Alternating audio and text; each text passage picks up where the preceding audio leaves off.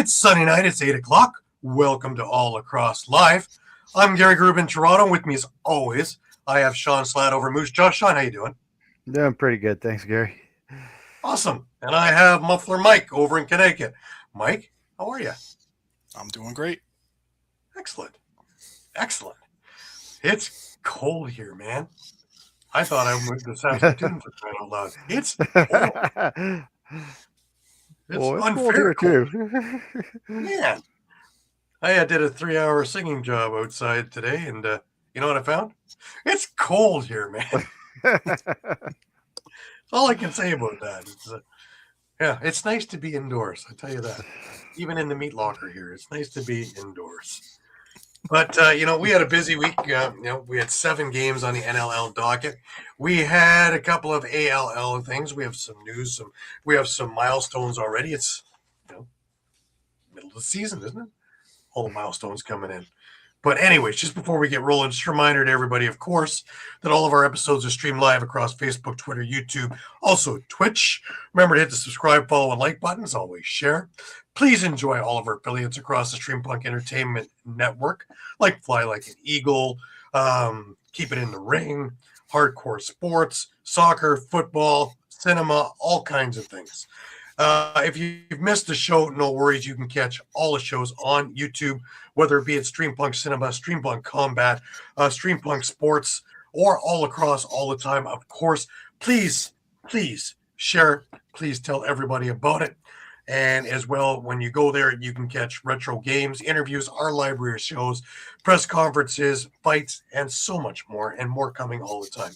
Remember, you can stay up to date with all sports by visiting streampunkentertainment.com with great articles from our huge staff of contributors. Also remember that our show is brought to you by 60. 60 is Canada's newest, most exciting sports uniform and teamwear brand, delivering top quality uniforms and teamwear that reflects the spirit and identity of each team. Their commitment to innovation and excellence sets them apart, ensuring that every customer experiences the perfect blend of style and functionality. Unleash your greatness with 60. Add Lax Talk 10 for a 10% discount on your order, and Jim will take care of you. How to get to them? First of all, you can use a QR code that's in the center of your screen, or you can go right to Instagram at sweet_60. You can email them at info.sweet60@gmail.com, or go right to their website at www.sweet60.ca/60. And Jim will be more than happy to work with any and all of your ideas to get the perfect result that you are looking for. Well, guys, we had a few things that went on. First of all, I want to bring the light to this one because this is awesome. Congratulations to Dominique Hartley, who made history by becoming the first female on-floor ref in the NLL. That's movement. That's success. Long time coming. I watched it in the preseason. I was wondering if they would do it in regular season, and here it is. No more just being a timekeeper, being a shot clock operator on the floor. Long time coming. Well done, NLL. Yeah. We had some milestones this week as well, guys. Oh, before I get rolling, just a reminder to all of our Jewish fans, colleagues, friends, happy Hanukkah.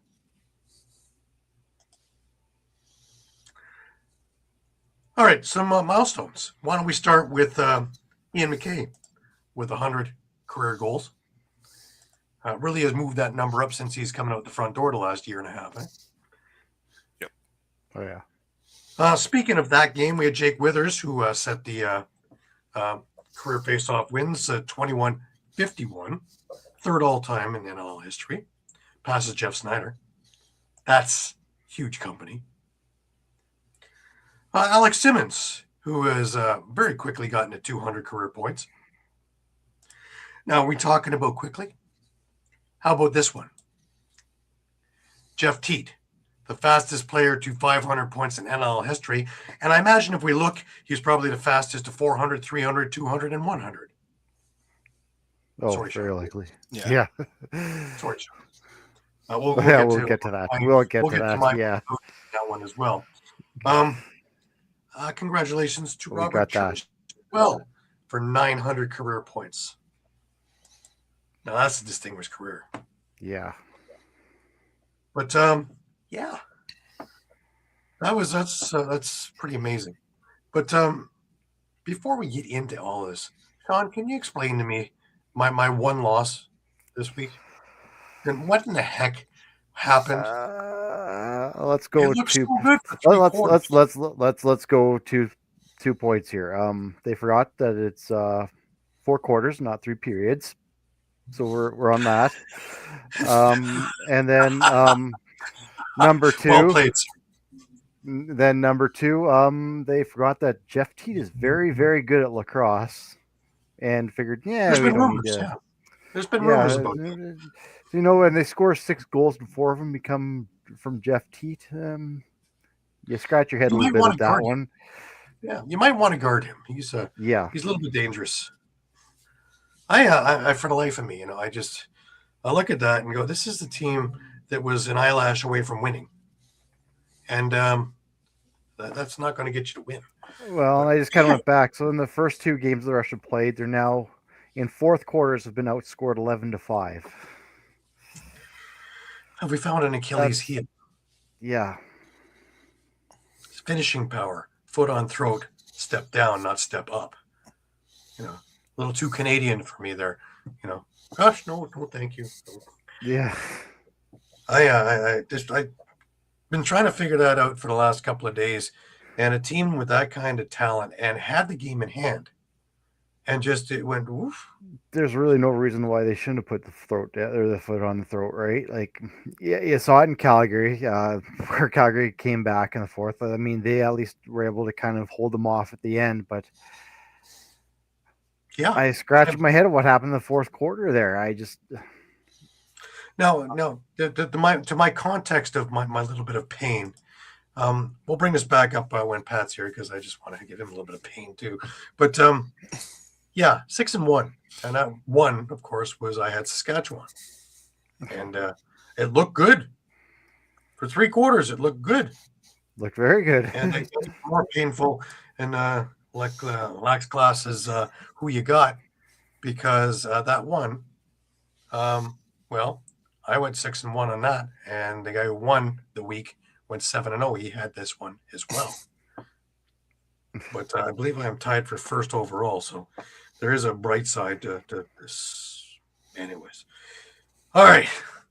We'll get back to that when we do all the recaps. And we're going to have, hopefully we see Caden tonight, and Pat's supposed to be on around 20 minutes after the hour, so in about 10 minutes from now. And we'll discuss his elation, even though he didn't pick him, with Philadelphia. But just before we get moving, you figure that one, right? But we had some ALL games this week, and like we've been experiencing, it's been bizarro land a little bit there, and from what's been going on in the last couple of years, we start off on Friday night, and Oshawa came in and beat Brampton in Brampton, 13-12. In fact, I took a couple of late goals from Brampton to make it as close as it was, and they just plain ran out of time. But, Oshawa put together a really good game. And after last week, they needed it. So they're now, both teams are 1-1. But Oshawa started out strong and continued it, And, the first and third were their big quarters. They were up 5-2 after one. They put together a 5-1 third quarter where they had the Saskatchewan curse. In the fourth, it was 6 goals for Brampton that made this a much closer game than it needed to be. In the 3 stars, Gareth Hay, there's a familiar name from the Hamilton Bengals. He was first star, 4 goals, 3 assists on a night for Oshawa. Quentin Greenfield was fantastic in the Oshawa Nets. He made 57 saves on the night. So it's not like Brampton wasn't peppering him with shots. And Penn Eistrat was the 3rd star for Brampton with a couple of goals in the game. We moved to Saturday, and Toronto and Six Nations got together. Now, Toronto had a rough one last week, But I guess the what the doctor ordered was the inconsistent Six Nations snipers who are still inconsistent. Well, they're a little more consistent. They're not doing well. And Toronto went ahead and beat them 15-9 on the 3 stars on that. Pat Thompson from Toronto had 3 goals and an assist, was the first star. The bright spot for Six Nations in this game was Caden Balint had 4 goals and 2 assists. Tanner Buck had 4 goals and 2 assists for Toronto as well en route to this victory. They're also at 1-1 now in the league. This afternoon there was a pair of games over at the ILA. The first one had Whitby against Paris.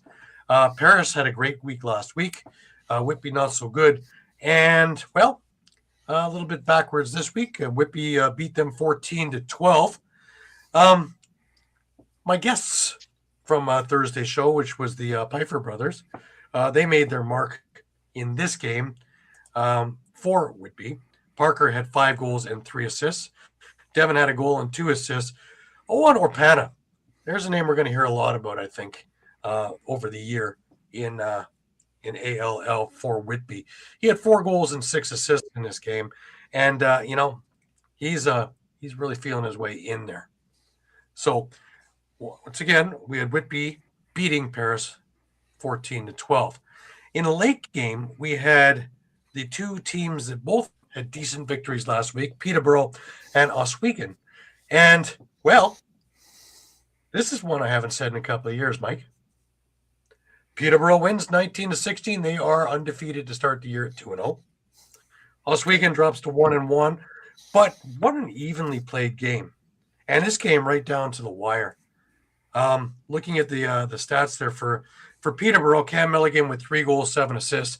Jeff McNulty, 4 goals, 4 assists. Zach Thompson, 3 goals, 4 assists. Aaron Woods, 3 goals, 3 assists. Austin Lammer with 3 goals and an assist. Howie Francis with 2 goals and an assist. Very balanced attack for the first time in years that it's been that consistent. For Oswego, Shane Halliwell had 4 goals, 3 assists. Eddie Renault, friend of the show, friend of mine, 4 goals, 3 assists.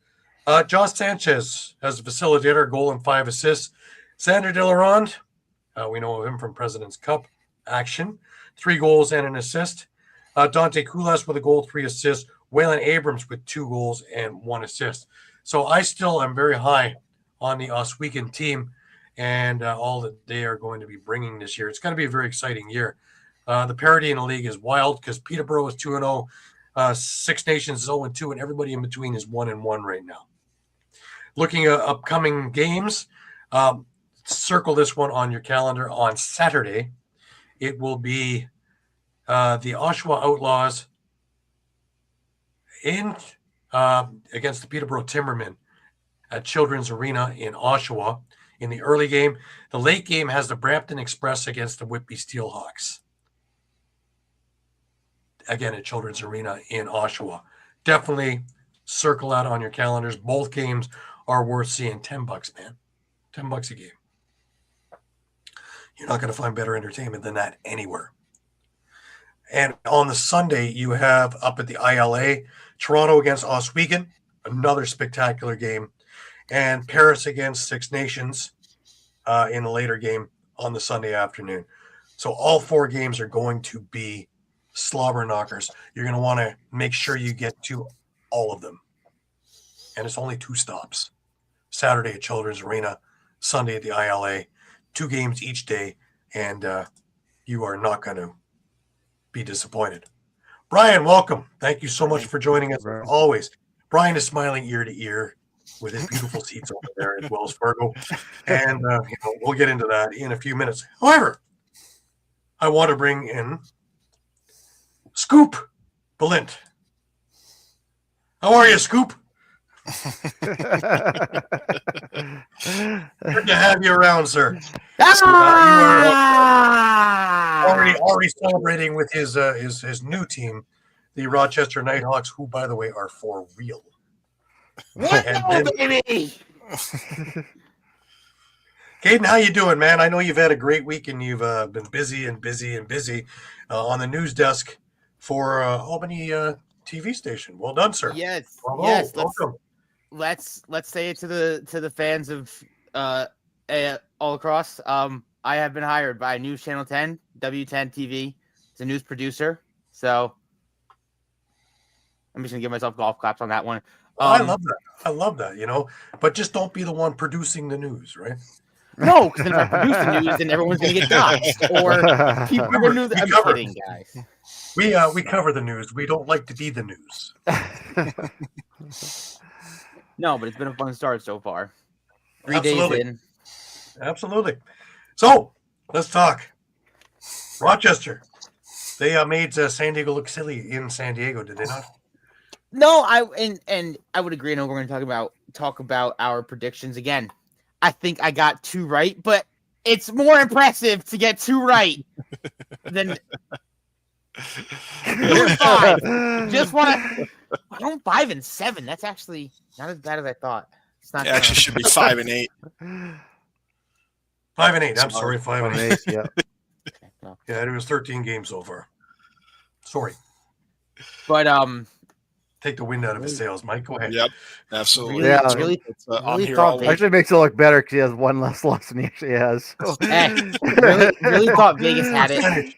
His percentage went down a little bit too, so Yeah. that is pretty wild. Oh, well, But- let's talk about Rochester. Rochester looked good. 15 Very goals against San Diego. Obviously, a lot of teams first week this week. We've only seen a couple teams play leading up to week 3. I know Philadelphia had their first go around this week. Rochester, but Connor Fields 4 goals. I mean, beautiful. And I like seeing guys. I mean, obviously Launchbury had 9 assists, but it's still good to just get all that kind of production. Like, I'm still learning this team compared to how I had my Firewolves in there. But I mean, they started strong too, which is really good. A back and forth, and then leading into a 5-goal run, which I mean, I've always preached that in the past with the Firewolves, that those runs are incredibly important, and stuff like that is huge. And a lot of the times we talk about extra possessions when it comes to these games, and a lot of it comes down from the face-off or from those loose balls. And that was something that San Diego actually led with. Obviously, they have a massive face-off guy with Trevor Baptiste, and he's incredibly great in that face-off position, incredibly great with picking up loose balls. So he was still able to get those extra possessions for San Diego, get those extra chances to score. Obviously 24 of 26 for the face-off from San Diego. But while Rochester couldn't win the face-off, that also tells you that if they're winning like this without the face-off, just imagine what's going to happen once they get their face-off man down. Yeah. Extra possessions lead to extra goals, penalty and kill. that 15 could be 20. Their penalty kill was extreme early on, especially because they went down 2 men, and you could just see it that this is where it all changes. Their penalty kill was awesome. All night. No, absolutely. All night. They're not a dirty team, so they don't take a lot of penalties, but when they do, they're there to cover up for one another. Oh, just a second. I gotta bring in Pat. Oh boy. Just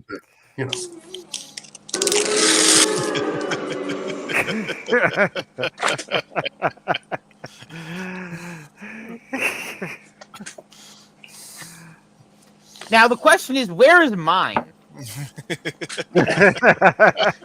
Dude, I haven't seen one of these fruit by the foot since I was 9 years old, but my kids racked them up, and I figured this is going to be a good celebration. it's funny. We have a lot of giddy people around here.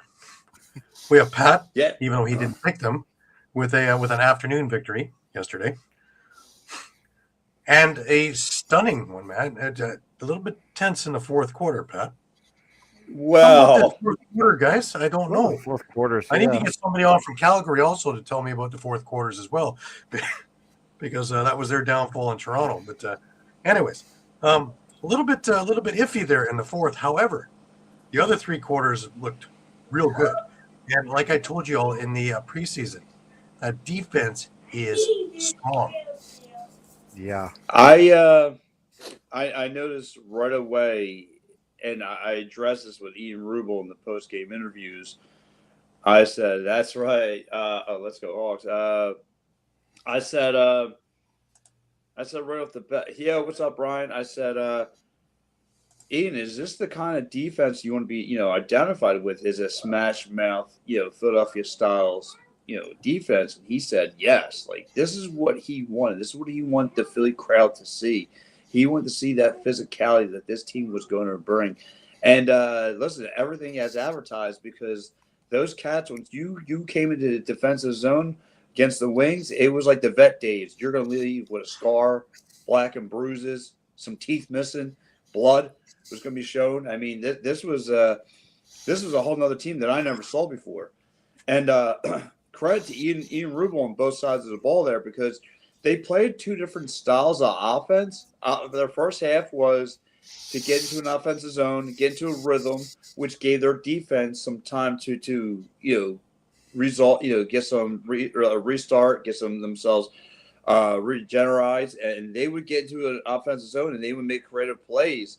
Second half, not so much. They went a little bit up tempo, which caused Nick DeMew and the defense to get tired out some. And the penalties, 5 straight penalties, didn't help that team out either. I mean, Ian Rubin again said that that's something they're going to have to address, especially going into Rochester. You cannot do that. But I mean, listen, it was a win. My sphincter got tight at the end, but hey, listen, like Ian Rubin said, whether you win by 5 goals, 1 goal, it's a win. You're in the win column. And I know, like, a lot of people don't have this team on their radar as a contender. But this was a nice W to saying, hey, you know what, we belong here, And that's another thing too, Brian. Dalton Young was, he had great vision, finding guys on breakaways, finding guys in open spaces. Eric Fennell didn't look like he missed a beat after missing 2 years of not playing, lacrosse. He got himself in, very creative. Spin moves, get themselves in transition, all that stuff. So again, it looked good, and especially with no Michael Sowers and no Blades Reardon at your disposal, how was this team going to be able to click? And to me, this was a tight win. Now again, your highest goals, Eric Fennell and Joe Russell-Terrence only had 2 goals, but no one really was doing, any outside of that was really doing any kind of big plays and all that stuff. So you're going to need guys to kind of. I think what you need to be looking at also is the game that Nick DeMew had. He was sensational. And he played very, very well. I'm very shocked. I mean, he came into a zone. I don't know, obviously Deacon Knock being here or he had a good preseason and a good camp. I mean, this was a different Nick DeMew that I saw. And the defense in front of him, actually, it helped. It helped a lot for him. I think Paul Day addressed a lot of stuff on the defense, and he cleared a lot of that up. So now DeMew can actually see what's coming at him. And, the old adage is, if I can see it, I can stop it. And they're allowing him to see it and clearing out all the mess in front. Yeah, that's one of the big things I saw specifically on the defense, and I'll have a second point I'll get to in a sec. But I noticed when the guys were on defense that feet were constantly moving. That's not something I've been seeing the last couple of years. I've been seeing a lot of flat-footed guys, not sure, if they're supposed to be sliding, switching, They were relentless, that defense. But yeah, I saw feet constantly moving, guys constantly moving, them battling for loose balls. And I want to bring up something that Shawn had said off air. It kind of goes to a little bit to Pat's concern about Blaze Reardon, coming back, not coming back. I get the sense that them naming Chris Corbeil captain is twofold. It's one, as Shawn had said off air, who better on the team to to make a captain than someone with 3 NLL championships, just tons of playoff experience. As a captain too, he won those championships as Yeah. a captain. Yeah. Mhm. And the second thing it tells me is that, we know Blaze Reardon's on the pup list. I think he's going to be there for a while. I don't think they're making this move if they expect him back in 2 to 3 weeks. That's true. So I get the sense this move was made because we're not going to see Blaze Reardon until week 16 or 17 or at all, maybe. And yeah, I mean, so yeah, and that's true too. So maybe they just want just to label someone the captain. It's fine. Like I said, someone has to be just by rule. Yeah. There has to be someone wearing a captain's seat. But you got yourself a top stalwart person to do it. And you know what? Hey, listen, it's no harm, no foul. Listen, we know what Blaze Reardon can bring to you. We know that his aggressiveness down low and what he means to his team in the locker room. But we know he'll be there in behind the scenes and all that stuff, trying to contribute and help out. But from what I saw, the way this offense ran on the week, through the weekend, it was smooth. It was just smooth. I mean, like I said, things got a little hairy in that second half where they tried to go a little too fast up tempo and get themselves in little penalty troubles. Outside of that, I mean, this was a really this was a wings game. This is what Ian Rubel wanted. This is a smash mouth defense of physicality, and his offense grounded you, picked you apart down low, guys in transition, guys shooting from outside. Brandon O'Neill, all that stuff. I mean, everyone brought their A game. Everyone answered the bell. Seinfeld said himself. He said, we're someone had to answer bell. And as a team, they're doing it. And we've discussed this last week. This is a team that has no pressure on themselves. This is a team that's come into a season probably on paper that's not even a contender, not even looked at, and all that stuff. And what I say last week. The most dangerous animal in the room is the one with no pressure on themselves, because there's no expectations with this team. Who knows where they're going to go? So, listen, like I said, taking a win from the Colorado Mammoth was good. And listen, Colorado Mammoth they adjusted to the game as well. That second half, they delivered. They gave Philly a little bit of their own antidote with some physicality defense. You got guys like Dylan McIntosh making plays. You guys got the partners in crime, Will Macklin and Ryan Lee. Those guys making plays. So Philly had you just can't sleep on a team like Colorado because if you saw it, they sneakily were still hanging around. And listen, if this game went any further, any longer, Colorado might have took the W. I want to pick devil's advocate a little bit, Pat, and say that, I actually didn't mind them pushing the pace a little bit. I mean, that's something, again, we haven't really seen is, that athleticism. And, we got a young team with fresh legs that can just go at it. And I think Brian mentioned, or someone there mentioned about Brendan O'Neill. And, I know he had, I think, 2 goals and assist or an assist and 2 goals. So I think he had 3 points. But, I was really impressed with how I saw him play there, making his own space. I think we're starting to see him take those next steps and get a little bit more comfortable with the box game. Yeah, and you're right, Shawn. He is getting a little bit comfortable now. This is his second year now. He's kind of adapted to the game. Again, getting 2 goals in there, shooting from the outside, getting contributing to the assist boards. He's looking fine out there. He's willing to he's got to be one of those guys who step up for if this team wants to be a contender with the upper echelon teams. But yeah, he played very, very well on opening day. And like I said, credit to the whole team. This was a team effort and all that stuff. The big test, I think, is next week. Philly travels into Rochester. Love play that the building. Nighthawks. It's going to be a real test from what I watched with Rochester this evening, and I think that Nate Damoud's going to have to be as sharp, if not even sharper, if he's going to give them a chance to win. Because, man, that Rochester team, and Caden, you can attest to this, they're sharpshooters. There's so much.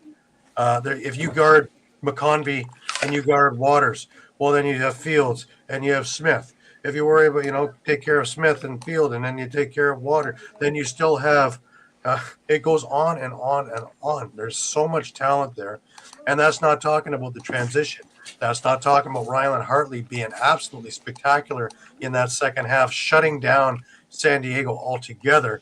So even if you're getting opportunities and a team that's not scoring a lot like Philadelphia, and you got someone like Hartley on the other side who's going to stone you, that could be a little bit daunting as well. Caden, what you think? No, 100%, Gary. And I want to go to one of the comments. I can't pull it up, but one of the comments that was mentioned that even Hartley looked very, very solid in that second half. And I mean, that's just kind of like there it is. Yeah. From Utica, that just looking at their stat line, it was 4 goals in the first half from San Diego, 3 coming in the second quarter, then 3 in the second half with only 1 coming in the fourth. I mean, it's just, if they held it down the line, they held the line, and like you said, that's just going to be a great showing for next week. Kind of the battle of the broad. It's you kind of pair Philadelphia with the name of Broad Street Bullies, taking on the New Age Nighthawks. It seems like. I like that. The New Age Nighthawks. I like it. It's pretty. Like it. There's an That's ad a fire campaign in there name. somewhere. And Fire not to mention that Rochester goes 5-5 in the end of the second quarter, at the second quarter going into the third quarter. And obviously what's going to be the biggest part of it all, and I'm going to go back to what I said at the beginning, is keeping those runs and staying on those runs. Mm-hmm. I mean, obviously, if you're Rochester, you want to go on another 5-6 goal run against Philadelphia as quickly as you possibly can. But I mean, Philadelphia knows that they have to get in down low. They have to contest almost every shot. And like you said, Gary, they gotta have to figure out how to cover players like Williams, like Fields, like Launchbury, like Winters. Yeah, and it's just so many. And once you cover 2 or 3, you still got 2 or 3 available, which is wild. Waters. This is 100% healthy. We haven't even talked about Zed Williams. We haven't talked about Williams. I just mentioned, Yeah, I guess you did mention Williams. Yeah, but I mean, like, it's no goals for Williams, no points for Williams, but he can go off at any minute. Like, picking up 4 shots, 4 loose balls. And he did turn it over twice, but 4 shots and 4 loose balls is a great start. I think he has to kind of settle in. He kind of. But he draws so much attention that even when he's not doing something, he's doing something. there's something, yeah. Because we're not paying attention to the others, and there off goes Smith, off goes Fields, off goes Lansbury, off goes Waters, and it goes on and on and on. And if they're focusing on Williams, or in a way, focusing on Fields, then you're going to leave McConvey open for a 9-point night. Yeah. You're going to leave Smith open for a 7-point night. Right. And Just imagine what starts to happen once Williams starts to put points in those columns. Yeah. Like I say, Rochester is the real deal. Rochester and Halifax, in my eyes, are the 2 most complete teams in the league as we speak right now. Whether that's a popular comment, sorry, Banditland, but I think those are the 2 most complete teams if they can stay healthy. And and I've seen for the past few years just covering this team, Connor Fields could be a one-man wrecking crew. Mm-hmm. Very skilled. He could do whatever he wants with the ball. this is, like you guys were just mentioning at the top, this is going to probably be Philly's biggest challenge because one thing, Rochester has been a thorn to this team for quite some time now. And, like you guys mentioned, the goaltending, Ryan Hartley, it's just, just unbelievable between the pipes. And then you got Connor Fields, who could be, like I said, a one-man wrecking crew. And he'll do it. If he's got possessed, he sees an opening, he will, strike blood. He'll draw blood from this team quickly. Philly's just going to have to be on their A game. They're going to have to bring their physicality like they did last week. But most importantly, you're going to need someone to answer the call and trying to find hat tricks and all that other stuff. So you're going to have to match firepower for firepower, and I don't know if Philly can do that. So just going to stick to their game. And here's another thing, and we mentioned Hartley, but I don't even think we mentioned really how good Hartley was. Is that San Diego outshot Rochester, and he still made more saves than Rochester put up shots. 58 saves for Hartley. Wow. That's insane, right? Yeah. So our number 1 and number 2 goalies are facing each other next week because Demuth had 50 some odd saves also. In his Yeah, and he made more saves than the Wings had shots. The Wings only had 42 shots.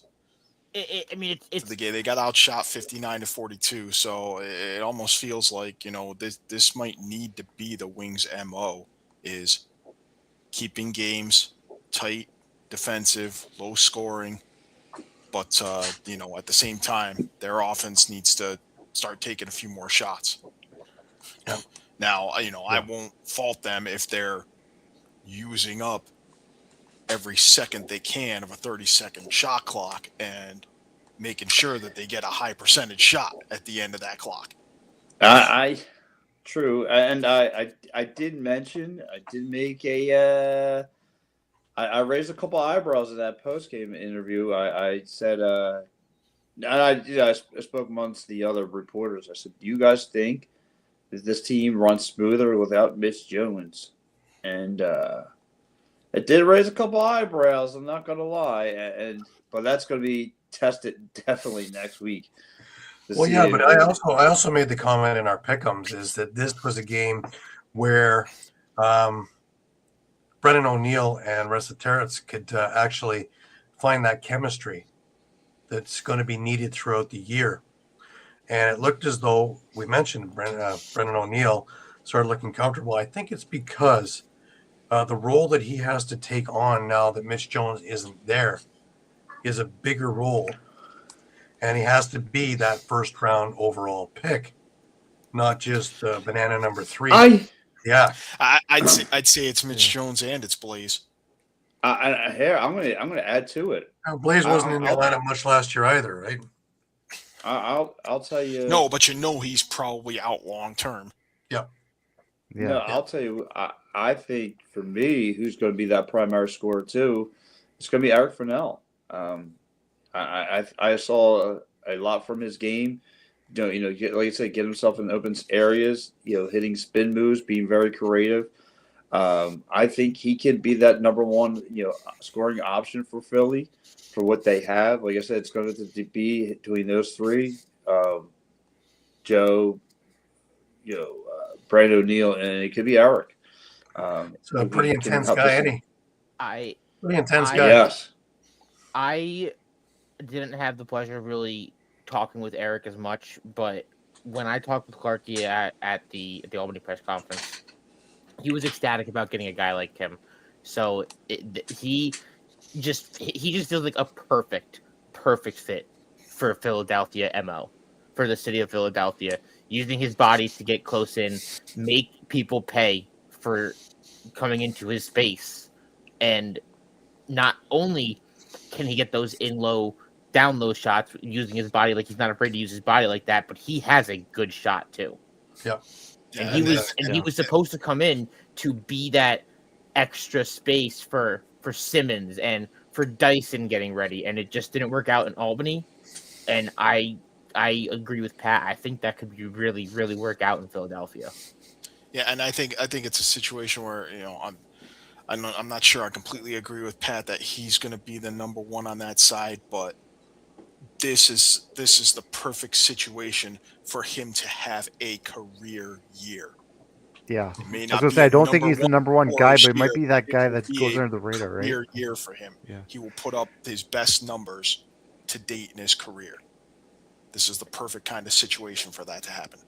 Yeah, I Like, was gonna say, it's and- like I don't think he's like necessarily that number one guy, but he's probably gonna be that forgotten guy that defense is gonna forget about, and all of a sudden he's putting balls in the back of the net. Yeah. He's Suddenly the you're guy going to that- see 30 and 60 for 90 points, and you're going to go, whoa, what happened here? Why don't we know about this? Yeah. He's gonna be the guy that's gonna be we have to cover Brendan O'Neill. You're leaving Eric Fennell wide open. That's Yeah, what he's gonna exactly. turn into. Yeah. Because teams And- know that without Mitch Jones, Brendan O'Neill is gonna have to turn into that number one scoring option, obviously behind Resetaris. And once teams start putting lockdown on O'Neill, that leaves Fennell wide open. And like you said, Mike, he can go easily for 30 and 60 at 90 points.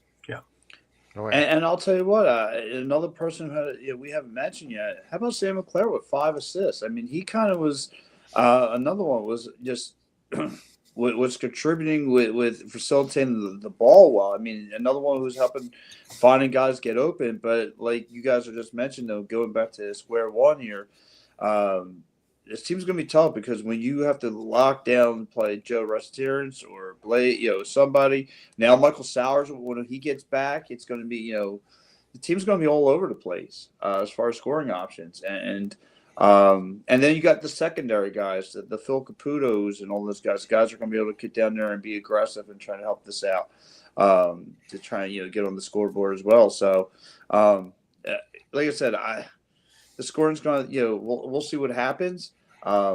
This is definitely the land of opportunity for other guys to step up and want to take the next step forward. I gotta say that even though Albany did leave, I'm still glad to get to have fisticuffs with Pat here. Yes. Yes. Put him up, here, Bucko! Got my mouthpiece ready. I'm telling you, it's gonna be a fight to the death with these guys, man. I would love to see the gloves get dropped next week. I mean, it kind of feels like the MO of the teams. The physicality is definitely going to be there. Anytime any team from New York plays a team from Philadelphia, there just seems like there's extra bad blood, and that goes for any sport. Yes. I love it. I love, me and Scott were talking about, we did the post game for Philly and New York, and that was, between the Union and NYCFC. I mean, it doesn't matter what sport it is. I mean, Broad Street meets Broadway, and it's always it's never pretty. It's the you could take that record book, throw it out the window because there's always going to be that dogfight, and it's always going to get chippy. It's going to get ugly. This is the kind of stuff you live for. You know what I mean? I get thrilled with that kind of stuff. I always love any Philadelphia New York game because that's going to be a battle to the end, and it's going to stay close. Yes. Whether it was Albany, whether it's Rochester, whether it's you go to Yankees, Phillies, Mets, Phillies, Rangers, Flyers, and Rangers, like any of those New York versus Philadelphia, Pennsylvania teams is just going to be a battle to the end. Yeah, I can't wait. It's going to be a tough, tall order for the Wings next week. It's going to, like we just mentioned, it's going to get chippy. It's going to get ugly out there. Like I said, it's going to be interesting to see what this team looks like on the road too, as well. Can they bring the same kind of energy and physicality up to New York? And it's New York's going to match it. Rochester's going to match it, no problem. So it's going to be a great game, though. Absolutely. Well, Pat, as always, appreciate it, and look forward to always good. Look forward to your take on this next week. Gents, And, you know me, I love dicing up with you guys. This to me, it's like a jacuzzi. We're all hanging out, having a good time. All we need is a smoke and a pancake. But anyway, guys, A couple of wins in the pickup wouldn't hurt either, right? I got 2 wins this week. I was shocked. Like I said, Pat, it's so much more impressive to get 1 to 2 wins than it is to get these high. I think we did way more impressive than these winners. So-called winners. Yeah, that's something we can agree on. I'm still smart from Saskatchewan. Never mind. I was like, Buffalo lost, Philly lost. I'm like, oh my gosh. I'm like, I stunk this week. Terrible. Terrible. But all right, Jim. Next week's another week, so don't worry. We're gonna be doing this for many more weeks. But I will again. I gotta say thank you to you guys again. I had people messaging me through Messenger, hit me up like, "Hey, where are you at? Can I meet you and all that stuff?" Brian hit me up. A couple of fans of the program hit me up wanting to take photos and stuff. I said, it's pretty decent. I'm like, someone wants to hang out with me other than my kids. I said, it's pretty awesome. You know what I mean? And kids are just because it's the ride. You got the ride. Yeah. That's true. Very true. The wife can't wait for me to get out the door, let alone. So, but listen, guys, stay safe, stay positive, and let's go. I'm not going to say go Wings because I don't start up the rivalry. Just the pod just yet. Well, the Wings nest still lives, right? So. Yes. So, guys, where's that gone? Yes. Oh, it's here. Don't worry, I got him. Oh, there it is. There you go. Yeah. That is Bernard Gong. But we didn't hear this coming from the halls of Wells Fargo. What's that? Oh, yeah. That would have been Paul Day. But they won, so we didn't have to hear that. They did win. I sold Paul Day in passing on Saturday. Very pleased. He had a very pleased look on his face, as he should, with the performance from his team. So all good things have happened, and I got some breaking news too. I want to save for the show. I've been allowed. I guess after interviews. I know Saturday I was in a rush because I did 21 hours of snowplowing. But anyway, I got the green light to start doing Wings post game shows from Lauren herself. So nice. Awesome. Yeah, so I could be up in the box and giving some delivers to all across all the time. So I said, you guys mind if I start doing that? They said, not at all. Go for it. So I got the green light, and I want to see what I can start doing the next time on the 9th, especially from the Wings Nest up there. So nice. Yeah, so can't wait to get that going too. So guys, enjoy your night, and I'll talk to you later. We'll see you next week, Pat. Have a great week. Yeah, you too. Go Wings. Notice he says getting out the door. Icky. Ew. Gross. Ew. Well, I had a good week there, with Toronto, Calgary, and it didn't look that way to start. I started seeing old habits form, and I wasn't too thrilled with that.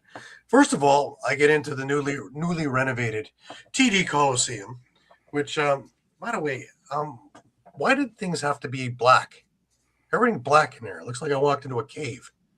And, whole different setup, whole different thing. There's a lot of kind of weird things. I didn't find any of the Rock banners, so I'm hoping it's just because they're not quite finished yet. Because that was one of the things that was the selling point, was the Rock could have their banners up all the time in this arena. Now, none of them are up. Anyways, I digress. Out they come. And very quickly, a name you'll hear a lot in this game, Tanner Cook. He scores, followed by a shorty from Noah Manning. And really, there was not much for the home faithful to cheer about until, lo and behold, 50 seconds left in the first quarter, when Josh Dalwick converts with an absolute outside howitzer off an Owen Hiltz pass that caught the corner, and it was 2-1. But not to be outdone, less than 30 seconds later, Noah Manning, another name you hear a lot, comes in and 3-1 at the end of one. Brett Leady, he makes 4-1, and it's like, what's going on? A lot of outside shooting, a lot of missed nets. Does this sound familiar, guys? Yep. Yeah. Oh, yeah. It just doesn't seem to matter who's there and who's coaching. It just happens. CJ Kirst, he gets one from inside off a Challen Rogers pass. Josh Tolwick gets his second of the night, and it's 4-3 all of a sudden. And though it hasn't been their best game to point, they're within a goal. Well, as the MO of this game, on a power play, Riley Lowen scores, followed by Hayden Dixon into 6-3 again. Chris Boucher gets one with just 1:08 left in the half, and it brings it to 6-4. And again, for a quarter or for a half that they really didn't play terrific, they're only down by 2, which to me makes things enthusiastic. We come back into the third, and Sam English scores his first NLL goal, and it's 6-5. But as the MO of this game, here's Tanner Cook, and on the power play, it's 7-5. Owen Hiltz makes it 7-6, but then Noah Manning makes it 8-6, and that's how the third quarter ends. Finally, guys, the Rock put it all together. And it starts with there's disallowed goal by Chris Boucher from inside. And all of a sudden, hey, inside works. What inside did was split up the defense a little bit to give them a little more room to do other things. Toronto rhymes off 4 goals in a row in the fourth. Mark Matthews starts it off just a couple of minutes in, making 8-7. Boucher gets one, 8-8. Owen Hiltz gives the Rock their first lead of the game almost 5 minutes into the fourth quarter. Josh Dawick with his third of the night, and it's 10-8 Toronto, and it looks like they're off to the races. But Riley Lowen, he scores a shorty, and it's 10-9. Lowen gets the next one as well to tie the game 10-10. And this is with 3.5 minutes to go in the game, and you're thinking, here we go again. This is another one like the Oshawa game where, with a minute to go, something slides in, and that's the end of that. Well, with 2 minutes to go, Chris Boucher, who's already had 2 goals called off in this game, he converts a Josh Dawick pass, and it's 11-10. A frantic last couple of minutes from both sides, but the Rock are able to hold on for the 11-10 victory. Now, a couple of things that are concerning. Number one, with no TD Erlin in the lineup, the face-offs a wee bit lopsided at 20-5 in favor of Calgary. The power play, Toronto went 0 for 4, but worse than that, Calgary went 2 for 3 and scored 2 shorthanded goals. That's death. If you're starting going against the teams like Rochester, like Buffalo, like Vancouver, like Las Vegas, I can keep going if you'd like. That's not a good sign.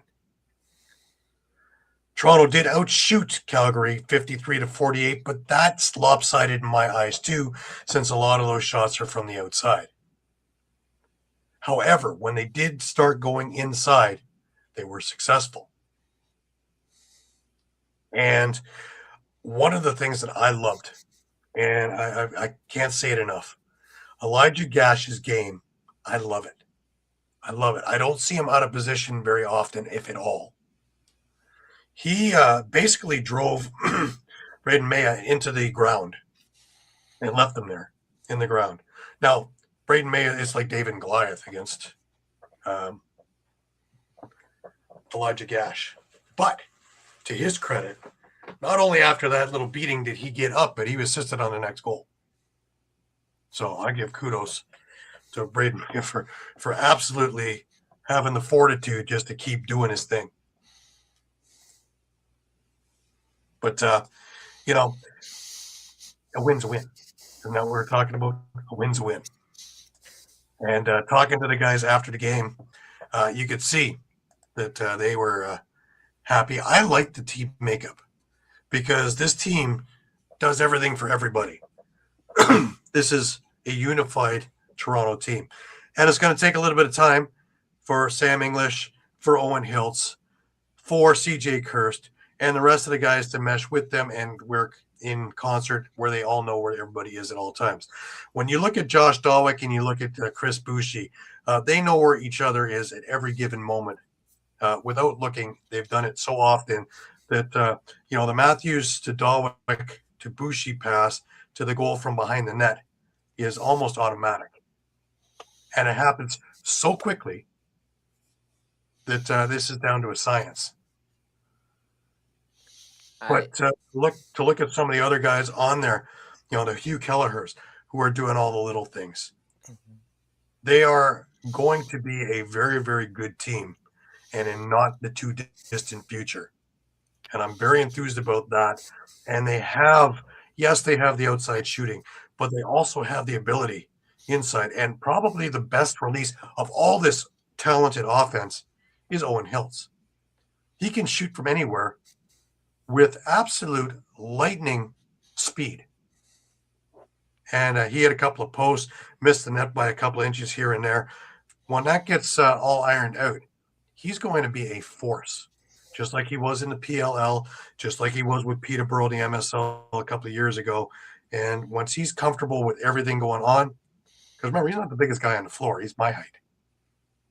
So he is just a freight train, but with the greatest hands. And Josh looks like he's feeling it again. But just to see the smiles on all these guys' faces after the game that's the things that I'm looking for. There's none of the, oh my God, these guys are all on the same page. And I give a lot of credit to Bruce Codd, Dan Dawson, and Matt Sawyer. And they really spent a lot of time to make this a cohesive unit. And that's where I see it on that. On the Calgary side, we were worried about them. I wouldn't worry too much about them. They seem to have figured out their roles. And they're going to be a decent team too. Do I think that they're a contender? No, not yet. But Aiden Walsh looked good for most of that game. Fourth quarter, he had a little bit of a tough time, but it was just the rock pressure and finding ways around that Calgary defense. But that Calgary defense as a whole is a very stalwart unit. And their transition game is good. They can turn it around like this. And you're sitting there flat-footed wondering what just happened. So there's a lot of really good things on these clubs that we don't see in the stat sheets that I was able to really, hone in on while sitting there yesterday. So, I'm pretty enthused on both sides, and I'm really interested to see how it works for both clubs. But I really do think that the Rock have a real opportunity here, if not to contend, to really put a thorn in contenders.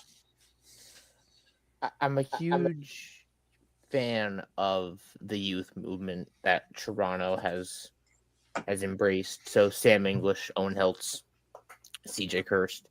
It's great to see not them get, the keys to the castle, but they certainly are given the keys to the side door, and they're starting to get trusted. And when you look at Hoskhauser and the Gash, there's nobody taking liberties. Nobody is taking cheap shots on these guys. And they know, this is going to be a situation where Toronto will start to look to bring in, once they start to get English, Hiltz, and Kirst down, and they get their skill down, and like you said, they start fine-tuning these pieces of the game, like missing the net or shot selection, playing the ball in the playing the ball to the right player at the right time. Yep. It's going to come down to getting the guys to protect them, because that's the franchise. That's the franchise right there. Is Hiltz, English, Kirst. You got one more English coming in next year as well. We got Sam's brother Ty, who is bigger and faster. So he is first round pick from this year as well. We don't even talk about, hey Shawn, you can attest to this. We don't even talk about Mark Matthews. And he's the center. And he is the center of this. He's he's setting picks. He's setting hard picks, and he's quarterbacking all of what's going on in there. So he's enthused, and he's healthy. Well, And that's after the the big game, one. the biggest smile at these tables was smart. Well, that's the big one. Is not so much the quarterbacking. He's done that for a while, but like the setting the picks and stuff like that. I mean, I'll be honest. That's basically why Saskatchewan let him go. Is he almost seemed to lose that enthusiasm. He just didn't seem like he was in the game anymore. Mhm. And so to actually see him do that now and put in that extra effort again, I mean, yeah, he's going to be a force to reckon with when he does that. We've seen it. We know it. It's Well, you proven. look at it, right? He had a goal and 3 assists. He had 5 loose balls. Yeah, that to me is, he's doing the extra things now as well. It's Yeah. CJ Kurst had 6 loose balls. Tell me he's not feeling it, the feel in the box game. Yeah. Another one when I talked to him after the game, love him playing this game, and love him being part of the squad. Hostrauser had 6 loose balls in this game. Latrell Harris had 5. It's to see these guys, and everybody's doing it, right? It's not one guy has 22. If you look up and down the list, Owen Hiltz had the most loose balls with 7. But I told you, he's like a little tank out there. He's also a vacuum cleaner. He had 10 shots on net as well. I kind of wanted to go to your point too about Calgary there, Gary, because I completely agree with you. I think a lot of us looked at this Calgary team and said, like, where's the scoring going to come from? They look pretty thin. And I mean, right now their goal differential is 4, and 2 of those goals were basically empty net goals. I think the way we're seeing this team now, they might rack up a bunch of losses. I think you're going to see their goal differential. I think you're going to see them losing a lot of games that are just 1 or 2 goal games, Right. as they just kind of fine tune where they're at right now and kind of finding that new lineup that they've got going now. Now we talked about before the season. Noah Manning as a rookie come in. He had 3 goals last night. Riley Lowen had 3 goals last night. Tanner Cook 2 goals, 3 assists. What we really didn't look at was that Braden Maya and Tyler Pace both had 6 assists each in this game.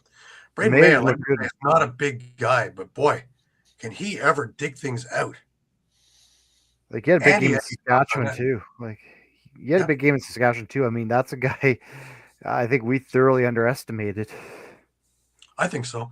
Maya, I'd seen play in Ontario Series last summer. I knew he had a good game. I just didn't know how good it would be in the NLL level. And he can take a beating, as proven. Because, like I say, Elijah just tried to put him through the turf. And he just got up and, ran around, and away you go. And that can be frustrating for your opponent, right? If you're gash and you're just laying this guy out and constantly laying this guy out and he just keeps getting up, that's going to piss you off. It's like, what do I have to do to stop this guy? Yeah, we're talking about a player like Matthew Gauthier, who we're expecting. He had 2 assists in this. He really was not visible through most of this game, but he didn't need to be. You had so many other things.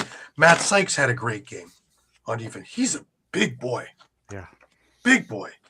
And he's not afraid to use his weight, and even a few transition plays, watching him move up the floor.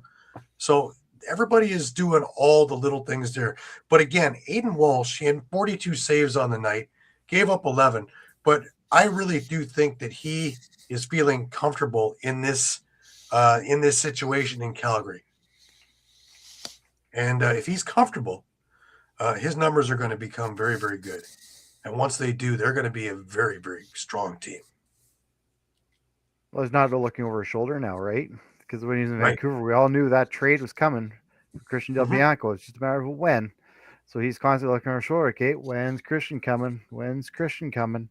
When am I getting pushed out? Well, yeah. And then it didn't help when you had Connor O'Toole drafted just after him as the next big thing. It kind of sets it on the wall that where do I fit in? Yeah. Well, you don't. So yeah, he's able to take a breath now and actually make it work. Caden, I know that you are busy covering news and doing other things. So if you have to escape to go catch the local fire or whatever's going on, The news by cycle all never means, sleeps. the news cycle never sleeps. And in Albany, News I cycle know it never goes sleeps. even further than that. So, I'm sure somebody was over by the Capitol, and we have to tell the people about it. Oh, can't even explain what happened to VJ2. I'm so happy for you. I am so happy that you've landed a producer's job there. You're going to do great. But we're happy to have you back with us as always, and look forward to your reports again next week. Yep, I'm excited to get back into the flow of it. Want to say thanks. Brian said something earlier. I want to say thank you to Brian as well. Thank you guys. Wouldn't be there without what I've done here. It's a growth system, and it's all growth, and I'm glad to have made my start with all lacrosse and keep it going. Absolutely, and your chair is always here. Have a good night, guys. Take care, Caden. We'll see you next week.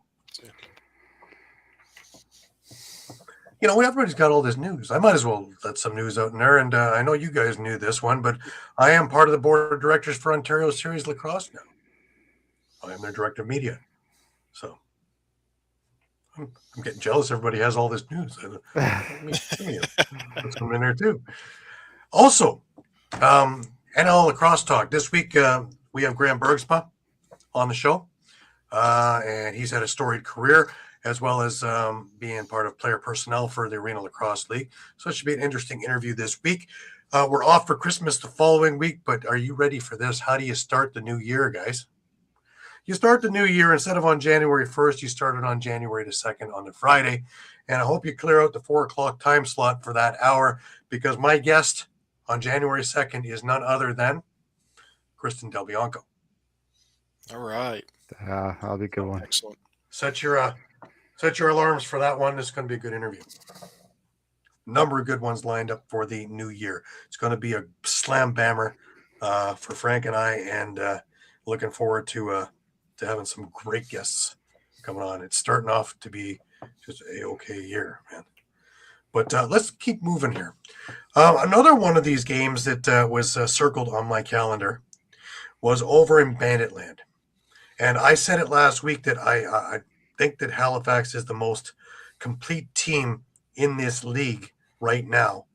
And the litmus test would be when they, because they absolutely dismantled Oshawa, but when they fit themselves against Buffalo, and to see what they were up against. Remember, to beat a man, you got to beat the man, right?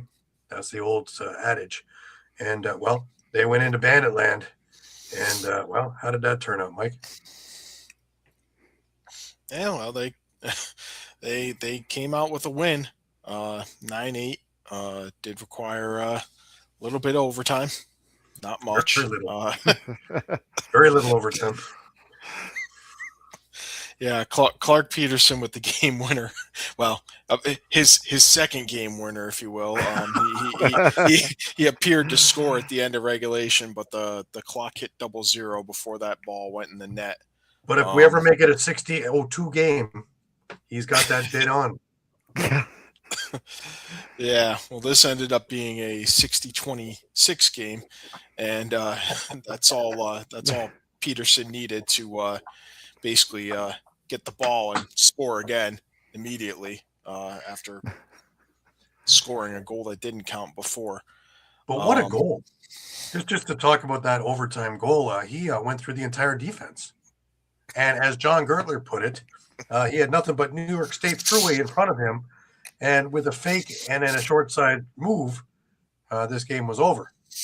Yeah, that was definitely impressive. Halifax had a game plan for overtime. Didn't look so good to start with, though, did it? Yeah, the big numbers that stand out to me, much like Philly against Colorado, Halifax got outshot 53-40,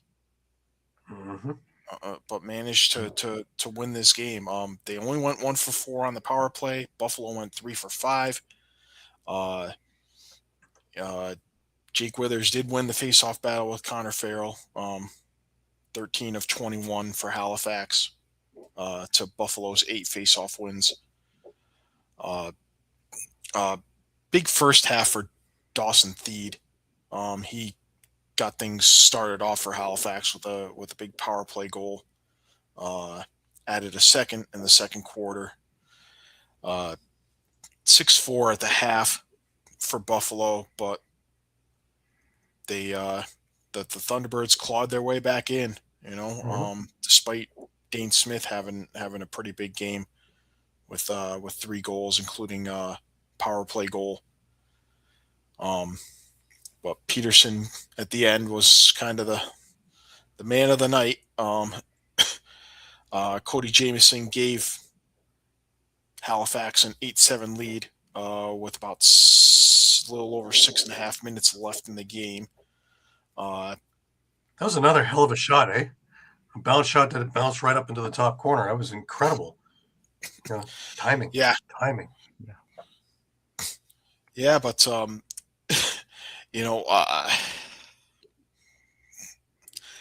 I still question whether, at the risk of irritating Bandit land here, I still question whether Matt Vince is struggling a little bit with this new rule that got, that's being enforced this year, where you cannot He gave up have 9 goals. It's hard to say that he's having a tough time when he only gave up 9 goals and 1's in overtime. So 8 in regulation. It is, but I guess I'm looking at it more as just the adjustment of not having these guys. I think it's more their defense really is doesn't know where to Your be on the left floor. to your right and in the crease and able to block shots.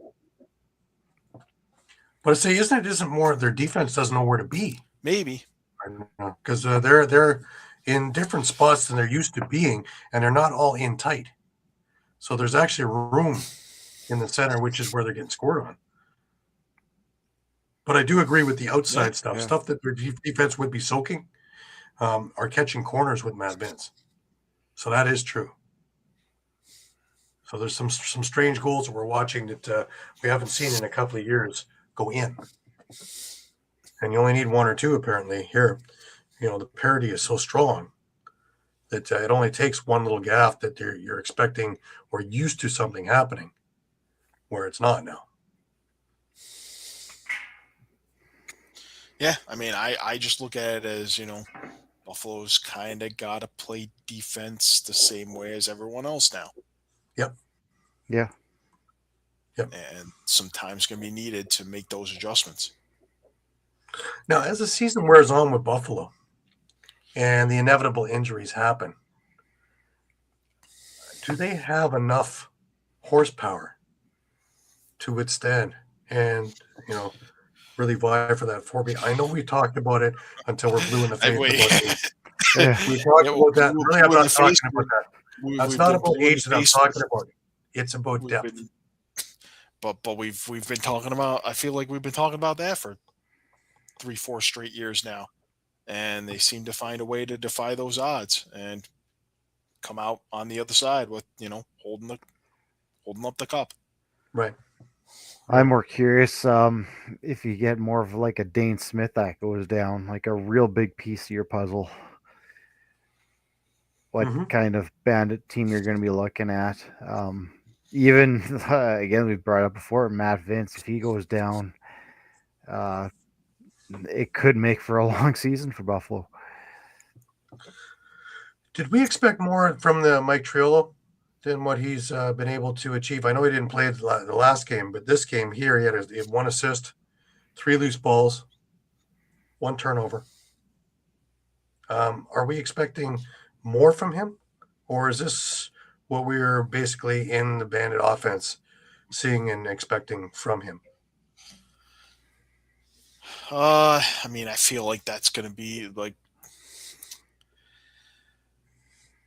not that he was just a role player in Saskatchewan. I think it's going to go to kind of, I want to make sure I word this correctly. We talked about when he was with Saskatchewan, how it almost seemed like he finally had someone in Derek Keenan or Jimmy Quinlan or both of them, who knew how to utilize him in their offense. I mean, I'd like to think that a lacrosse line, a great lacrosse mind like John Tavares could figure out how to utilize him properly in their offense. But either way, it's still going to take, I think, at least a few games to get into that. Because we're not seeing a whole lot of production out of Nanticoke either. Take away the silly goal last week or the week, whatever, last game. And really, we haven't seen all that much from him, though he's out there and he's creating a lot of havoc. But to have him on one side and Trillo on the other side, basically doing the same thing on either side, I don't know. Yeah, I guess that's where I'm seeing, like where Mike was mentioning. He mentioned the word role play, and I think that's almost where Trillo's fitting in with Buffalo, where Saskatchewan, they gave him a purpose. Like he had a chance to get the ball on his stick and score, where he's just become a role player now in Buffalo. That seems to be the Buffalo thing now, though, right? Because Banesh seems to be your power play scorer. Him as well as Dane Smith and Josh Byrne. Ron John, he's your transition guy. He's in there for certain things or when he's in the lineup. Nanticoke from in close, Triolo is now doing that same thing, which is double the effort for, only one ball, right? So I'm curious, is that the right move for him? Because you also have Ian McKay out there too, right? Who's also been lighting it up for the last year and a half. Right? That's a little unfortunate because he was kind of given a chance in Saskatchewan, showed what he could do. He gets traded to Buffalo, and Buffalo just this is what you're doing. Because we don't even talk about Kyle Buchanan now, whose role is diminished also in this particular offense.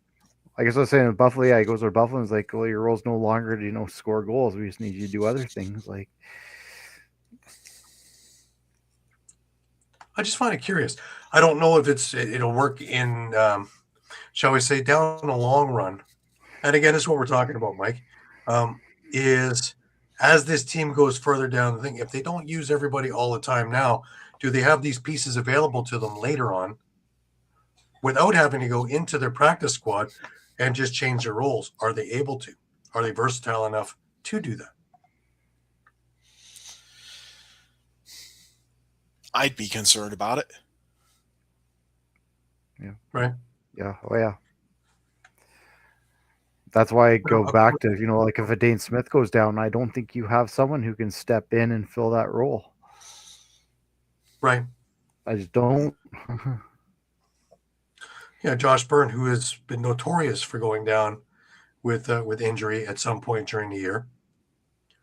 Matt Spangers is still out. Matisse is just back.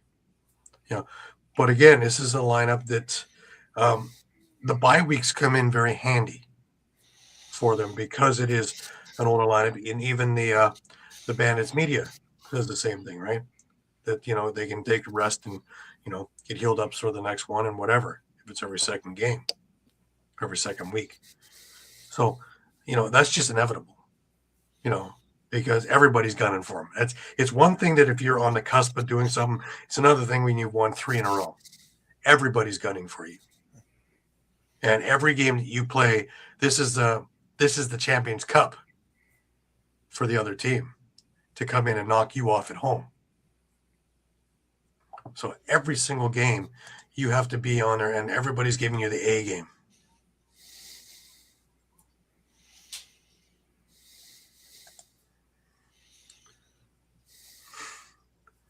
Yep.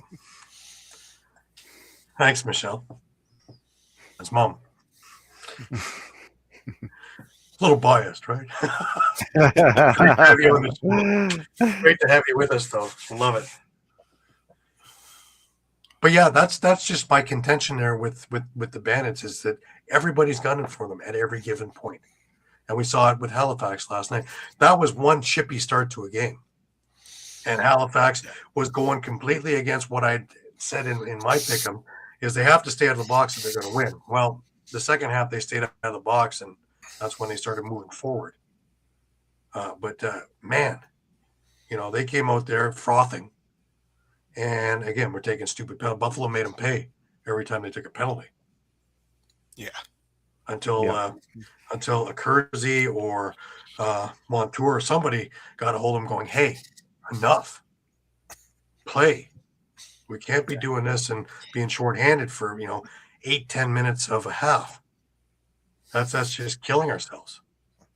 So, and then you get someone like Peterson who gets fired, and there's so much talent there that if they just play, none of the other goofy stuff that's hurt them in years past, this is going to be a hell of a team. And how about King of the Hill? There's one thing. Wow. Last week we're talking about it with the 2-goal performance. I think this was more impressive than the 2-goal performance, to tell you the truth. You shut down the world champions. And he had to come up with some huge saves in that second half in order this thing goes to overtime. And remember the conversations we were having last year? Oh, is Hill still the guy? Is he done? Should he be replaced? We were even coming up with, Hutchinson needs to be taking the role and they need to switch it. I don't think we have that conversation this year. Not yet. No, not at all. But he's got the right mentality too. I was lucky enough to interview him, and it's just, he's that guy. He's just very modest and often ducks back. And he's business. But he's got the right mentality for this, where he can just shake it off and get back to work. Where it's not something that lingers and becomes a phobia, which has killed a lot of goalies over the years. Yep. Oh, yeah. I even think back to him playing, it's the field championships in San Diego, and he stopped this shot from, I was on the sidelines where a guy from England just fired this cannon at him. He stops and he just starts laughing. Like, how disheartening is that for your shooter? You just fired just an absolute bullet, and he just and he played that down too. So I was just so amazed I caught it. But yeah, that's just the mentality, and that's what you need. But he's looked sensational. Yeah, he's one of about 5 goalies, I think, so far that has been, and it's Hartley's looked fantastic. Hill's looked fantastic. Jameson, for the most part, has looked really good. Had a little bit of a rough one last week. There's a couple others. Say Walsh looked pretty good in both games, where I don't think it's on him why the team lost. I think there were some breakdowns defensively in both of those losses, because I didn't see any cheap ones really go in. He got beat, right? So there's a few of them that just rise to the next level. Now we're going to get into the other game with Oshawa and Georgia. And this is the game that I expected Dobson to play against Buffalo. Shawn, what do you think? Yeah, I mean, even when we looked at this Georgia team against Buffalo, we could see flashes, right? Like, we could see potential there, and I think we finally saw that come out in this game. And like you mentioned, with Dobson, like, we know he's a better goaltender than what we saw against Buffalo. And again, we saw him come out again and play the way we know he can play. Yeah, absolutely. This game, again, not a huge scoring game, but there were a lot of pieces in there. Now, do we get worried about Oshawa? Because we look at all 3 of their games. They snuck one by Toronto, in which they got badly outshot.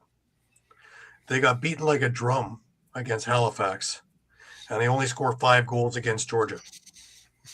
do we start worrying about this team? Let Absolutely. alone they went 0 for 5 on the power play, Mike. That enigma over 5 on the back. power play, and the first goal they scored with Alex Simmons, that drought. If you go back to the Halifax game, that drought was over 67 minutes. That's a full game and almost half an overtime period that you did not score. And 3 of your 5 goals came from Alex Simmons. Where's your secondary scoring? Where's his help? Yeah. Mm-hmm. Where's, Dyson Williams, no points. Ethan Walker, no points.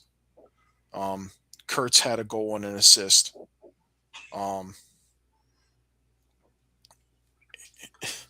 You can go up and down the list here, really.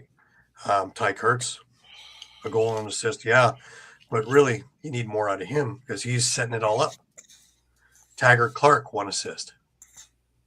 That's not going to do it. The one that Caden was big on, of course, Nick Tchaikovsky. 2 shots on net. Not scoring many goals that way. Yep. Granted, transitionally, but still. They've been known for their transition. Colton Watkinson being a key component in that one. He had 1 assist throughout the night.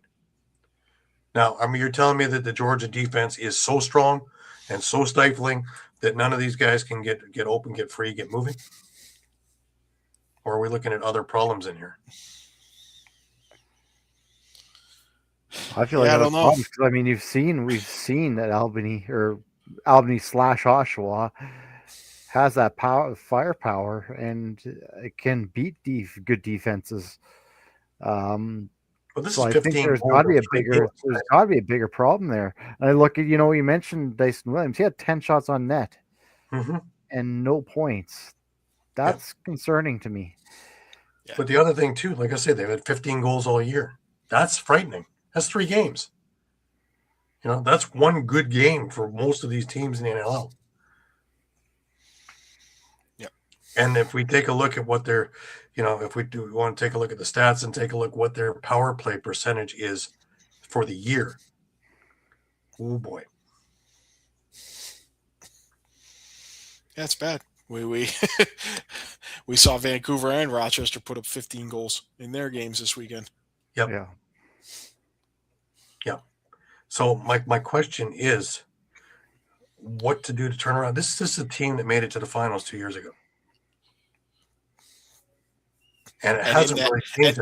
And in that year, in a regular season game, they put 17 on Buffalo and Matt Vince. 17 in a win in Banditland, no less. Well, last year, didn't they take Toronto to the woodshed in game number 2? They put up 15 or 16 against Toronto, in which their offense wasn't working, but their defense still was solid. And this is wild. And I really don't know where to put it because, again, there's so much talent there, but it's not clicking. And it hasn't really changed over. And the additions, you can't really say are the reasons why things aren't working, because you put in quality players that have, longevity of being able to work with different squads. So I'm a little bit perplexed on what the problem is. We've known the power play has been a problem. That's been for the last 3 years, 4 years. Even when they went to the championship, that was a problem. Yeah, that's the one thing we were talking about. Of the one bit of kryptonite is their power play. You almost maybe want it like in football and decline the penalty. But here, this is astounding with this kind of firepower. And I would like to have Caden here still to discuss it, because who knows this team better than he does. And to go through why they're having very, very little output. Because it doesn't matter how good your defense is. If you're only scoring 5 goals, you're not winning any games. If you're only scoring 2 goals, you're definitely not winning any games. Yeah. Even if you're scoring 8 goals, you won the game, but man, I would say 80% of the time you're on the losing end because of that.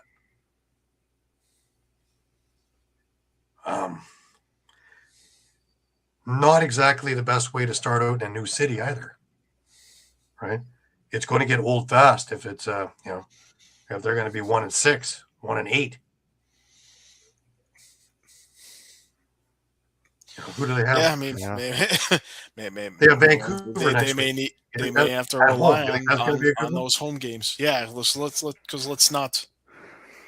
I say, you have Let's Vancouver not- next week at home, and you're going against Del Bianco. You think that's going to be any easier?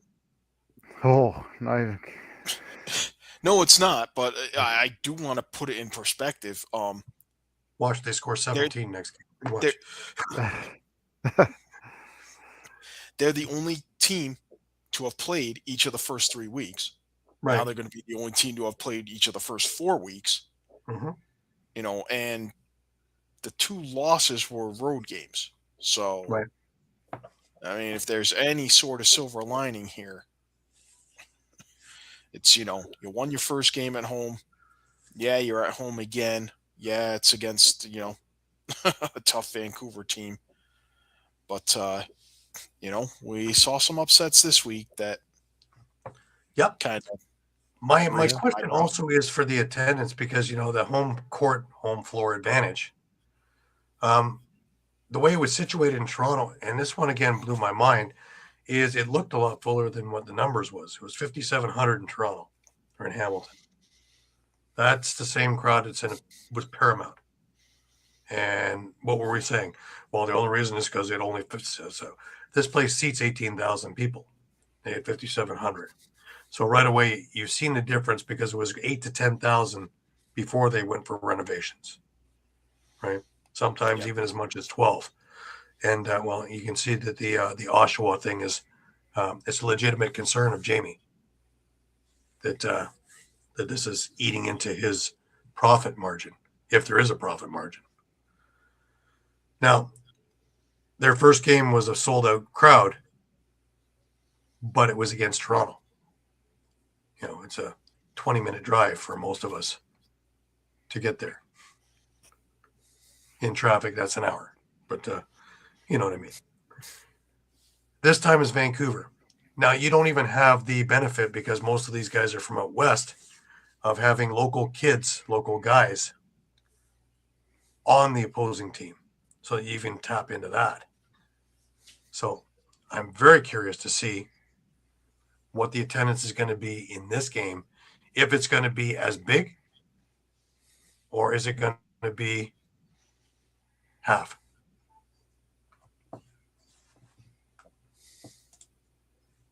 Any thoughts? Yeah, it's a good point, Gary. And like you said, when they played Toronto, you saw a lot of Rock jerseys there, and you just wonder if it's a lot of Rock jerseys because they don't have their Oshawa merchandise yet, and they were Rock fans before, or where that lands. And if it is half, because that is a small arena, that'll be very concerning. Very concerning. It's not a good ploy when you're 1-2 right now, but if you go down 1-3, 1-4, that's not a good selling point. That's what when I had Rad Joseph on the other show, and of course he has season tickets in Ottawa because he's in the Ottawa area, and because it's in Canada and it's not in Ottawa proper, you're not going to have a walk-up crowd. Oshawa's right downtown, so you can get a walk-up crowd. But if you go 1-4, 1-5, just like the Ottawa Senators in hockey, if they're not winning, they're not drawing. That becomes a problem. So I'm very curious to see the attendance on Friday. And I hope to heaven that this is going to be a full house or near full house. With there's plenty of lacrosse people in that area. So it's just about, hopefully the weather's fine and everybody's going. Because I know it's affordable there. Gosh, I know it's a lot more affordable than the Hamilton one now because those prices got jacked. Even parking doubled. That's what I was supposed to play a little bit devil's advocate, kind of looking at kind of a similar scenario out west with Vancouver. First of all, I mean, the Langley thing was a bit of a disaster to begin with. But again, there's plenty of lacrosse out there, plenty of lacrosse people out there. they didn't draw crowds. Even when they initially moved to downtown Vancouver, again, a lacrosse hotbed out west, and they just weren't drawing crowds. So it's very well possible. Yep. Now, did that come down to marketing? Is Very it just well that could have people been. don't know there's Yeah. a game? Or is it something else? I'd like to think it's marketing because I don't see a whole lot of anything anywhere for it. Now, I know that they marketed that first game left, right, and center. They had to sell it. Makes perfect sense. People knew when the game was. People were excited about this new thing. But they need to put that kind of effort for it every game. And if you need to bite the bullet a little bit to give cheaper tickets in that first year to hook people, then, take the bath the first year to hook them long term. And like I've always said, market to the kids. So they bring the parents and the grandparents and the uncles and the aunts and the brothers and the sisters. So you sell more than one ticket per family. We're in a different era than Mill. And we can't use the same tired thoughts to do things. And this is where, and we all love it that it's on all these different aspects on NLL Plus, that it's on TSN or ESPN Plus, and it's on linear at times here and there. And love it. And all the Bandits games are on and all this is. But do you think it has the same problem that some of the teams in MSL were complaining about, is that if people can watch it at home, they're not coming? I know that it's a swaying point that if the weather is going to be inclement, you're not so apt to want to get out into the road when it's on television, correct? And that's a tough one because you don't really want to take it off television either. No, because you need that exposure as a marketing tool. Yeah. So it's a fine line that we're traveling. But, again, there has to be something somewhere. Because not always has every hockey game been sold out. In fact, there's been many of them in many cities, hence teams moving all over the place. And it's a little bit hard to compare, like, say, the NHL because they have the TV deals. They're not really a gate-driven league, right? That's the other thing too. NBA, NFL, NHL, because of massive TV deals. But it wasn't always that way. NLL, again, Jamie said it best on that interview on Lax Class, right? We think it's a big deal that we got 40,000 to 100,000, but that's not enough to make any television executive raise even an eyebrow. We need to get bigger numbers, and we need to find a way that bigger numbers are viewing this in order to get that TV deal, in order that, it becomes not a gate-driven league. We'd like to think that we're past the, you own a team, you throw down a carpet, open up the doors, and hope that somebody comes. But at times I'm thinking, we still rely on the old methodology. And maybe we need to break away from that a little bit. But again, to get back to the point, I'm very curious for Friday night to see what kind of crowd. Who knows? Maybe this is all, just in my imagination. And they get 5,000 or 5,500 and all's good with the world. And maybe it's just because a lot of Rock fans knew that the Rock was coming, that they were able to purchase tickets. And other people who wanted to come couldn't. So I'll be curious to watch Ticketmaster and see what the available tickets are to see. And that's going to be a very interesting thing to kind of capitulate this week and see exactly how to drive and to see how they're marketing to it. Because we saw all this stuff through the summer and right up through training camp and everything else, but I'm not seeing a ton now. We're only a couple of weeks in the season. Now, the other thing also is it's Christmas. So you have people traveling. You have all kinds of other events going on between work parties and other things going on, people having people over and whatever. And you're being pulled in 42 different directions. So again, that kind of plays into my thing. Should we have games in and around Christmas? Like the NLL has tailored it back. Like, yeah, we had a big week this week, but we only had 2 games last week, only 4 games next week, right? And that takes us through past Christmas. So should we be starting in January, like before, and have less bye weeks? Mike, what do you think? I mean, it would be nice, but I think there's the factor too of having to compete with PLL, even though they're not active right now. I mean, pretty soon they're going to start hyping up their championship series in February. Yeah. Yep. And then once you get headed into playoffs, now you are starting to butt up against the PLL season, right? And, let alone MSL and WLA, right? And, we talk about expansion. If you're bringing in more teams, you're eventually going to have to push the schedule back again, and then you're going to have the whole problem all over again. You're going to have more games. I don't know what I really, honestly, it's a question out there because I don't know the answer to this. And I think that it's a little bit of column A, a little bit of column B, some of column C, and maybe even some of column D. But you need people to, be full-time at trying to figure out what the formula is, because each market's going to be different. What works in San Diego is not going to work in Toronto. What works in Vancouver is certainly not going to work in Georgia. So even what works in Calgary is not going to work in Saskatchewan, just because of your fan base and the needs of what's going on in there. So it's a delicate balance. So there's a lot of different things that are more than just, all right, we're going to try and sell some tickets and have some players play. And we've been resting on the laurels for the longest time that it's a part-time league and these guys have other jobs and, it's, great part-time money. But if they're trying to become the 4th sport, then it's put up, shut up, right? No. Right. All right, let's have a look quickly. We talked already about Vancouver and Oshawa. We have Philadelphia, Rochester we mentioned as well, which is going to be a big game for Philadelphia more than anything.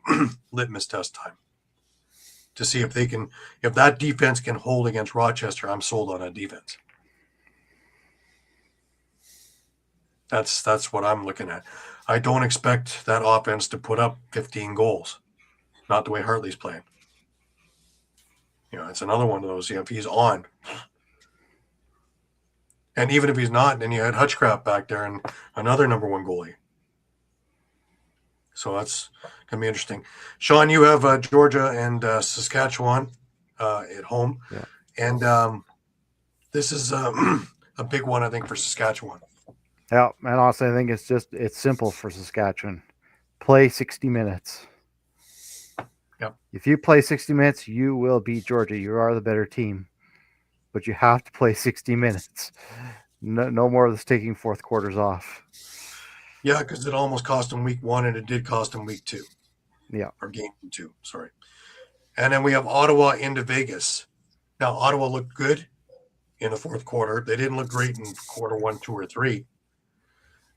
Vegas, they had a rough one against Vancouver, but Vancouver found it. All the things they were talking about after game 1 that Milowski wasn't happy about, they were able to figure out. So does Vegas... I think that question mark in goaltending is still there. Yeah, I don't, as much as I like Landon Kells, I don't think that's the answer.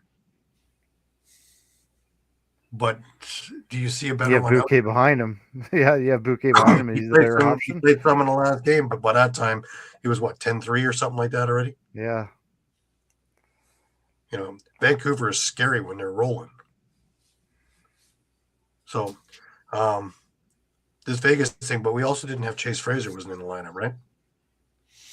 Yeah, he was a late scratch. So if he's in, it should be an interesting game because if Teet's on, well, we see what he can do. Saw what we could do, yeah. But you got Connor Kiernan, Riley O'Connor. You got all these pieces too, and if they're all working and they've been together a long time, and if Higgy is looking good in net, He did against Saskatchewan. He looked pretty good. yep, and he was stronger and stronger as that game went on, because easily could have, he shut him out in the fourth. Yeah. Yeah. You don't do that to a team that's that powerful usually. So this is going to be a little bit more interesting of a game than I would have said when I looked at the schedule, before the season started. And we're only in week 4. And already we got, hey, and scenarios and all kinds of different outside aspects to look at. Is it be all end all? No, we're in week 4. But it certainly does, again, put thoughts in the head of the management of whether they need to stay the course or whether they need to tinker and make changes, or whether they're, are you buyers, sellers, or whatever. And that kind of frame of mind for how you're going to proceed with the season. And I think that's going to be very interesting. And the chess begins. All right. Let's leave it there. I just want to remind everybody that we are on Facebook, we're on Twitter, we're on YouTube, we're on Twitch, we're on Thread, as well as on www.streampunkentertainment.com. Please visit us 3, 4, 5 times a day, as the news is always changing, and we have our thumbs on the pulse of the situation, and we have the information as quickly as we can, as accurate as can be as well. It is our privilege and our pleasure to give you everything that we can, be in the Kostiuk Lacrosse, covering everything and everyone in this great sport. That brings us to last words. Mike, let's start with you this week. Last words to you. Yeah, I mean, I'm looking forward to, I think, the Vancouver Oshawa game. See if Oshawa can bounce back, if they could, if home field can be a help to them. Mm-hmm. And Ottawa, can they duplicate against Las Vegas in Vegas's home opener? Right. Shawn? Yeah, I'm kind of looking at that Ottawa Vegas game too. Just to see, can Ottawa find some consistency? And to that point, is what kind of team do they have in Vegas? Because we've seen all the moves they've made, and yet they got took to the woodshed against a very good Vancouver team. But I think we expected a little bit more out of them. So I'm curious to see if they can come out and show a little bit more against Ottawa. And again, like we've been saying with Saskatchewan, like I want to see this team actually show up and put 60 minutes in, because they are a championship caliber team when they put in a full effort. Right. Me personally, I'm looking forward to that Rochester and Philadelphia game. I really want to see that Philadelphia defense in that stress test. We talk about stress tests with just about everything else, whether it is worthy. This is that test for the Philadelphia defense. If they can hold off such a juggernaut that they've put together, Dan Carey's put together over in Rochester, and to see how finesseful a team this is and how complete a team is. Is it in my realm of what Halifax is? And the thing that would put them over what I believe in Halifax is that they don't take a lot of penalties. Whereas Halifax still has that sense to unravel at times. And until they get over that, I'm not 100% sold, because that rears its ugly head at the most inopportune times, usually, which is playoffs, when push comes to shove and pressure is on. And that's when the composure needs to be there. So if Rochester can be that complete team from back to front to everything in between and don't take a lot of penalties, that's what I'm curious, and that's what I want to be sure about. Anyways, that'll wrap us up for another week. I want to thank everybody for being here and being with us as always, and everybody who has chimed in. We appreciate everybody's comments as always. And I want to thank the guys for being here. I want to thank Pat. I want to thank Caden. I want to thank Mike. I want to thank Shawn, because this is a busy time of year for everybody. And for us to get together, it's almost like a family, just having a conversation. So until next week, remember, keep your sticks high, keep your spirits higher. Have a great week, and we will catch you again next Sunday on our Christmas show. Until then, have a great week, everybody.